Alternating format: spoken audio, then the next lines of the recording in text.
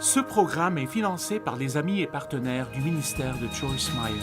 Ne dites pas, et je le répète, ne dites pas, et je suis assez âgée pour vous dire quoi faire, ne dites pas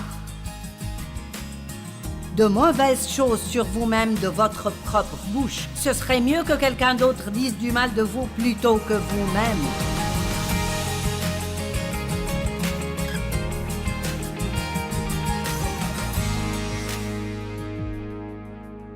Chaque fois que vous avez une pensée à votre sujet, ça fait de plus en plus partie de vous.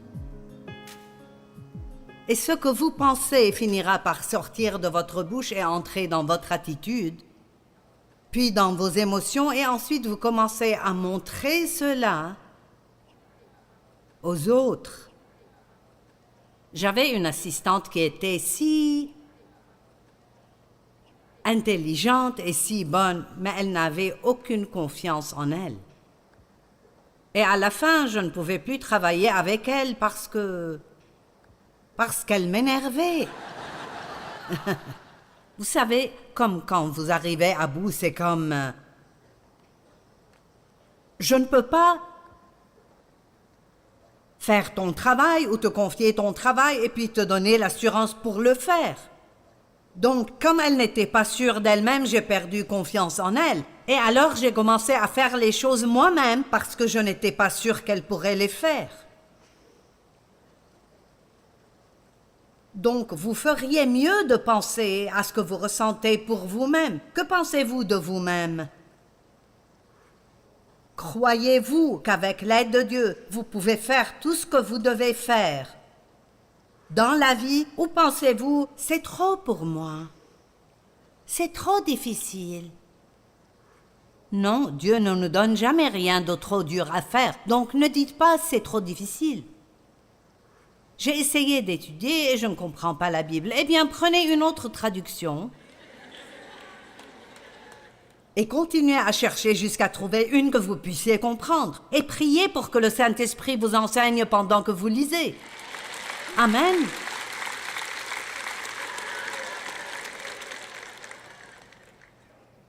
Vous savez, on dit que l'insécurité est maintenant comme une épidémie. Le monde est rempli de personnes peu sûres d'elles qu'on considère cela comme une épidémie d'insécurité. Et donc, les personnes peu sûres d'elles sont difficiles à gérer parce qu'il faut être très prudent. Elles sont facilement blessées et offensées. Parce qu'elles ne se sentent pas bien dans leur peau, n'osez jamais essayer de les corriger sur quoi que ce soit, car cela causera une crise. Amen. Elles s'imaginent qu'elles sont rejetées alors que personne ne les rejette, ou que les gens ne les aiment pas alors que les gens ne les connaissent même pas.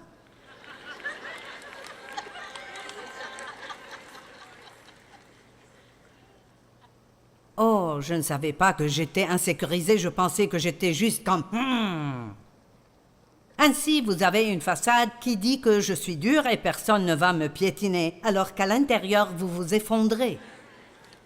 Nous avons deux vies, celle que nous montrons à tout le monde et celle que nous connaissons à l'intérieur. Et c'est à l'intérieur de l'homme qu'il faut que l'âme soit guérie.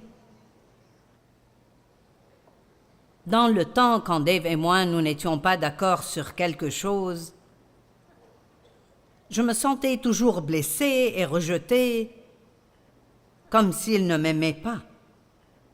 Et Dieu a dû m'apprendre, ce n'est pas parce qu'il n'est pas d'accord avec ton opinion qu'il ne t'aime pas. Vous devez donner aux gens la liberté d'avoir une opinion différente de la vôtre et ne vous effondrez pas parce qu'ils ne sont pas d'accord avec vous. Sinon, c'est juste un contrôle total. C'est tellement merveilleux de s'aimer soi-même. Et si vous fréquentez un groupe super religieux, je parle de cercle religieux, et vous osez dire que vous vous aimez, je veux dire, bon sang. Quoi?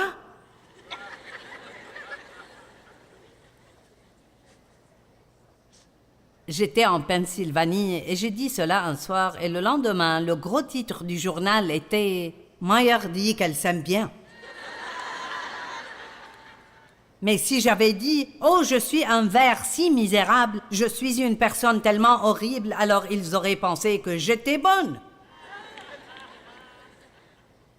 Vous devez connaître la différence entre la religion et le fait d'avoir une vraie relation avec Jésus-Christ. Parce que quelle que soit la mesure de foi que vous avez, la religion vous en dépourvera. Je parle juste de cette vieille religion pharisienne, morte et sèche, à laquelle Jésus lui-même était tellement opposé. Il a dit, vous êtes comme des tombeaux blanchis à la chaux remplis d'ossements de mort. Vous ne faites rien de ce que vous dites aux autres de faire.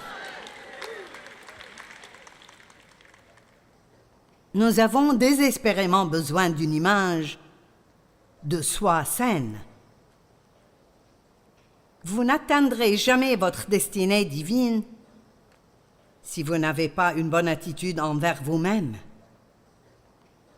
C'est pourquoi c'est si important d'abandonner ses erreurs et de faire confiance à Dieu. Ce n'est pas que nous ne sommes pas désolés pour elles, bien sûr nous le sommes. Ça me brise le cœur quand je fais quelque chose que je crois que Dieu n'aime pas.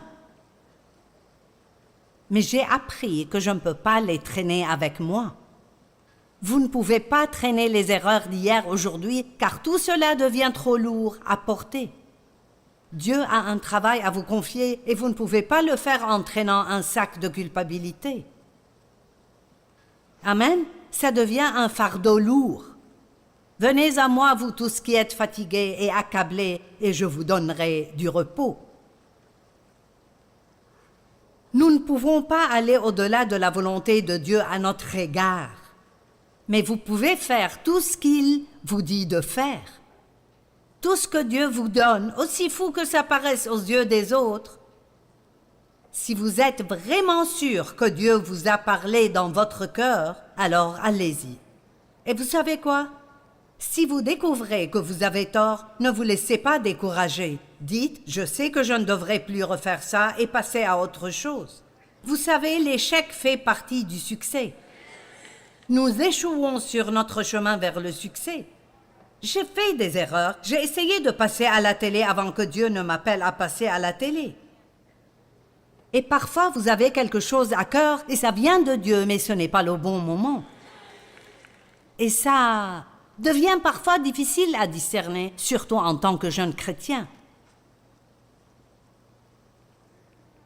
Vous savez, beaucoup de gens, même dans la Bible, ont commis la même erreur. Ils ont juste été impatients. Et alors, j'ai pensé, je vais passer à la télé. Donc, nous avons loué un studio dans une station câblée à Saint-Louis et j'ai pris 4 ou 5 de mes employés et j'allais faire un talk show. Et j'allais leur poser des questions et les laisser y répondre. Le problème était que je posais la question puis j'y répondais moi-même.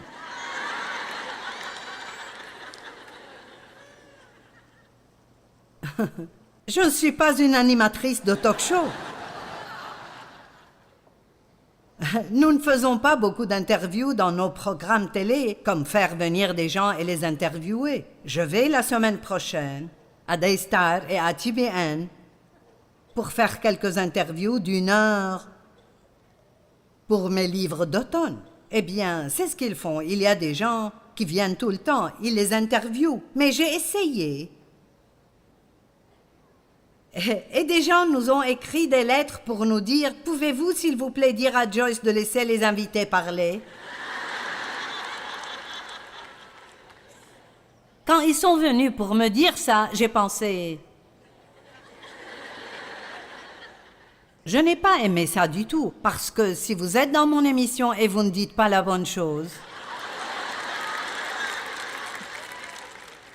je vais prendre le relais et nous allons nous remettre sur la bonne voie. » Alors j'ai juste dit, ce n'est pas moi. Nous ne pouvons pas faire quelque chose simplement parce que quelqu'un d'autre le fait bien. Nous ne pouvons faire que ce à quoi Dieu vous a appelé. Amen. Et donc, en 6 mois, nous avons reçu un courrier de cette émission de télé. J'ai dit, ça ne marche pas. Eh bien, quand Dieu nous a dit d'aller à la télé, nous étions choqués. Nous ne savons pas faire ça. Et c'est ce que Dieu attendait de nous, que nous soyons assez humbles pour réaliser que nous ne pouvons pas le faire par nous-mêmes, même si nous le voulons. Amen. Et puis, autre chose que je veux partager, parfois vous pouvez faire quelque chose pendant longtemps et tout d'un coup Dieu en a fini avec. Et c'est quelque chose de difficile parce que vous aimez ce que vous faites. Vous êtes devenu bon dans ce domaine et puis tout d'un coup quelque chose ne marche plus. Ça ne marche plus. L'onction n'est tout simplement pas là. Vous ne l'appréciez plus. Ça devient... Pendant 5 ans, j'ai donné des études bibliques à la maison et pendant 5 ans, j'ai travaillé dans une église. Et j'aimais mon travail. J'ai fait beaucoup de prédications. J'ai enseigné à l'école biblique et j'ai organisé une grande réunion de femmes tous les jeudis. Environ 450 personnes venaient. C'est une congrégation assez grande. J'enseignais lorsque le pasteur était hors de la ville et je ne me tracassais pas pour mon salaire. Et c'était bien. Et puis, j'ai commencé juste... Je ne voulais pas aller travailler. Je ne voulais pas aller aux réunions, à l'administration, aux réunions hebdomadaires. Je ne comprenais pas. Qu'est-ce qui m'arrive? Même aux réunions de prière. Nous avions une réunion et ce soir-là, je me suis assise à ma place. Bien sûr, j'avais un siège au premier rang réservé pour moi. Nous aimons tout ça. Ça nous fait nous sentir importants. J'avais mon propre siège avec mon nom dessus. C'est incroyable les choses que nous pensons être importantes, alors qu'elles n'ont tout simplement aucune importance. Je regarde en arrière maintenant et les choses que je pensais être importantes, je les trouve maintenant absurdes. Ce qui est vraiment important, c'est que nous vivions devant Dieu la vie qu'il veut que nous vivions.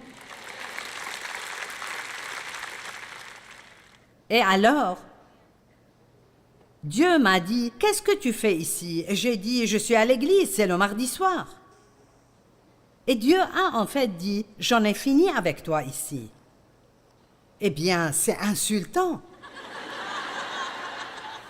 Comment vas-tu t'occuper de l'église sans moi? Allez! Mais Dieu n'avait plus besoin de moi là-bas. J'avais fait ma part.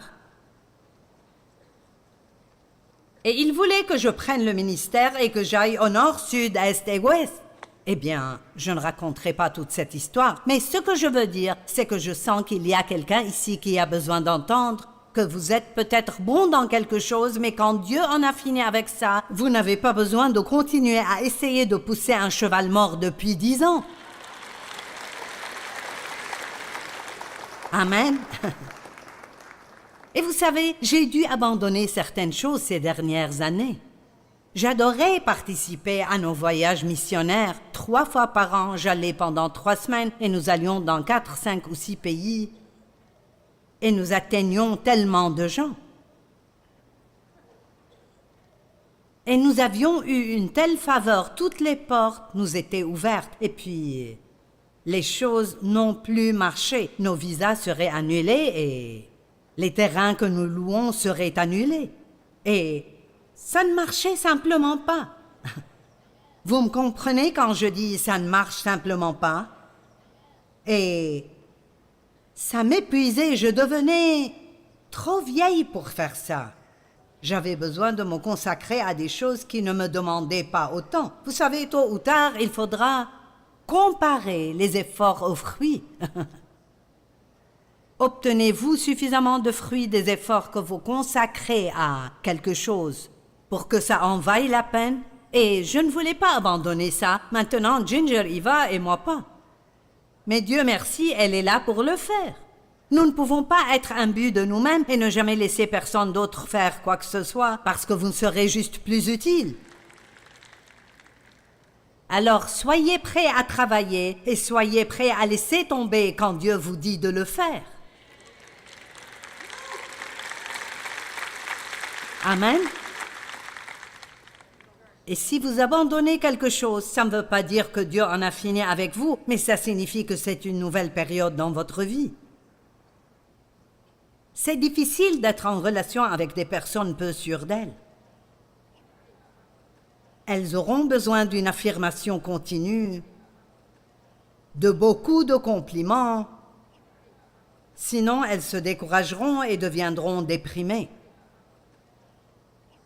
Elles ne se sentent pas belles à moins que vous ne leur disiez 5 fois.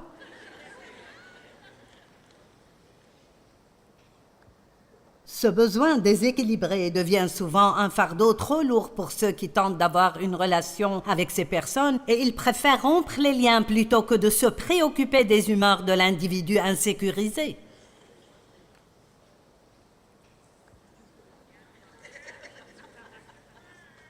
Allez, y a-t-il quelqu'un ici qui... Je veux dire, la personne à laquelle vous pensez n'est pas là, donc vous pouvez lever la main.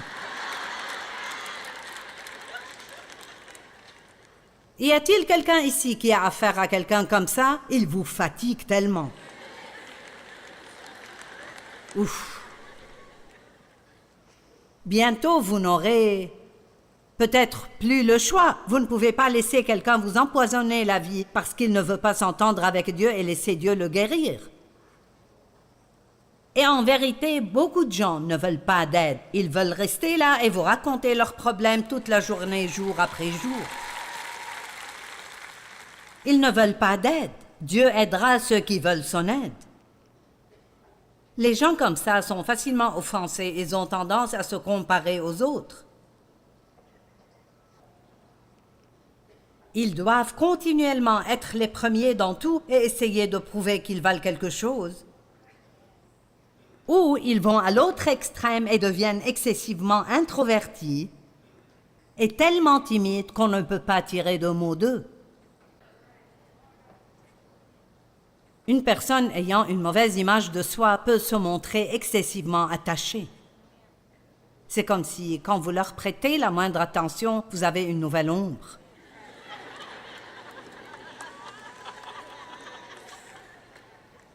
C'est comme « tu es encore là ». Ma mère, pauvre femme, elle était comme ça. Elle n'a jamais vraiment connu le véritable amour parce que mon père était un homme tellement méchant. Il a été sauvé 3 ans avant sa mort et il a changé, mais ce n'est pas amusant de vivre avec lui. Et ma mère était comme ça, vous savez. Si je l'appelais et je voulais être une bonne fille et m'occuper d'elle, mais si je l'appelais, alors elle m'appelait 3 fois par jour pendant je ne sais combien de jours. Et je n'avais pas le temps de rester au téléphone toute la journée avec elle. Et donc vous avez tendance à vous éloigner de quelqu'un comme ça parce que vous ne voulez pas qu'il prenne toute votre vie. Maintenant, je vous parle aujourd'hui, je ne parle pas à la personne que vous auriez aimé voir ici. Juste au cas où vous vous posez la question. Je m'adresse à vous.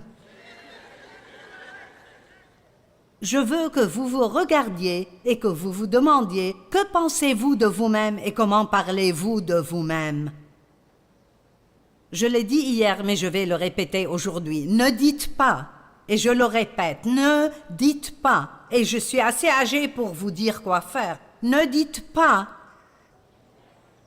de mauvaises choses sur vous-même de votre propre bouche. Ce serait mieux que quelqu'un d'autre dise du mal de vous plutôt que vous-même. Hier soir, j'avais commencé une histoire et ensuite je suis allée dans une direction différente, donc je vais la terminer. Je parlais de quand Dieu m'enseignait que j'étais la justice de Dieu en Christ. C'était difficile pour moi de comprendre cela. Et un matin, Dave et moi, nous nous étions disputés et il est parti travailler. Quelqu'un se souvient quand j'ai commencé cette histoire hier? Et peut-être que vous n'aviez pas réalisé que je ne l'avais pas terminée. Et donc j'étais là et je me suis dit, c'est vrai, je suis stupide. Je suis juste un désastre. Tout ce que je fais est mauvais. C'est toujours ma faute. C'est toujours moi. Avez-vous déjà... Et ce que je vais vous dire, c'est la vérité absolue. Et je ne dis pas ça pour faire peur. Il y a des anges, mais il y a aussi des démons. Et ce n'est pas parce que nous ne pouvons pas les voir qu'ils ne sont pas là. Et quand j'étais assise là, à dire toutes ces mauvaises choses sur moi-même, j'ai littéralement senti une force maléfique traverser la pièce vers moi. J'ai eu tellement peur, j'ai commencé à dire « Je suis la justice de Dieu en Christ, je suis la justice de Dieu en Christ, je suis la justice de Dieu en Christ. » Et plus je disais ça, plus je sentais cette présence maléfique reculer. Allez, n'ouvrez pas la porte au diable dans votre vie. Ne dites pas de mauvaises choses sur vous-même de votre propre bouche. Dites simplement ce que dit la Bible. Même si vous ne vivez pas pleinement en ce moment, ça vous appartient toujours légalement, acheté avec le sang de Jésus. L'un des points où vient la confusion est qu'il y a un côté juridique à notre rédemption et qu'il y a un côté expérientiel à notre rédemption. Légalement, je suis sainte, mais par expérience, je ne fais pas toujours ce qui est sacré. C'est presque comme si Dieu nous avait donné un manteau bien trop grand pour nous et nous a donné le temps de grandir à sa mesure. L'important est que vous grandissez, Dieu ne se préoccupe pas tant de savoir si vous êtes arrivé ou non, mais de votre croissance. Pouvez-vous regarder en arrière et dire « Je suis différent cette année » ? J'espère que personne n'aura à dire « Je suis pire ».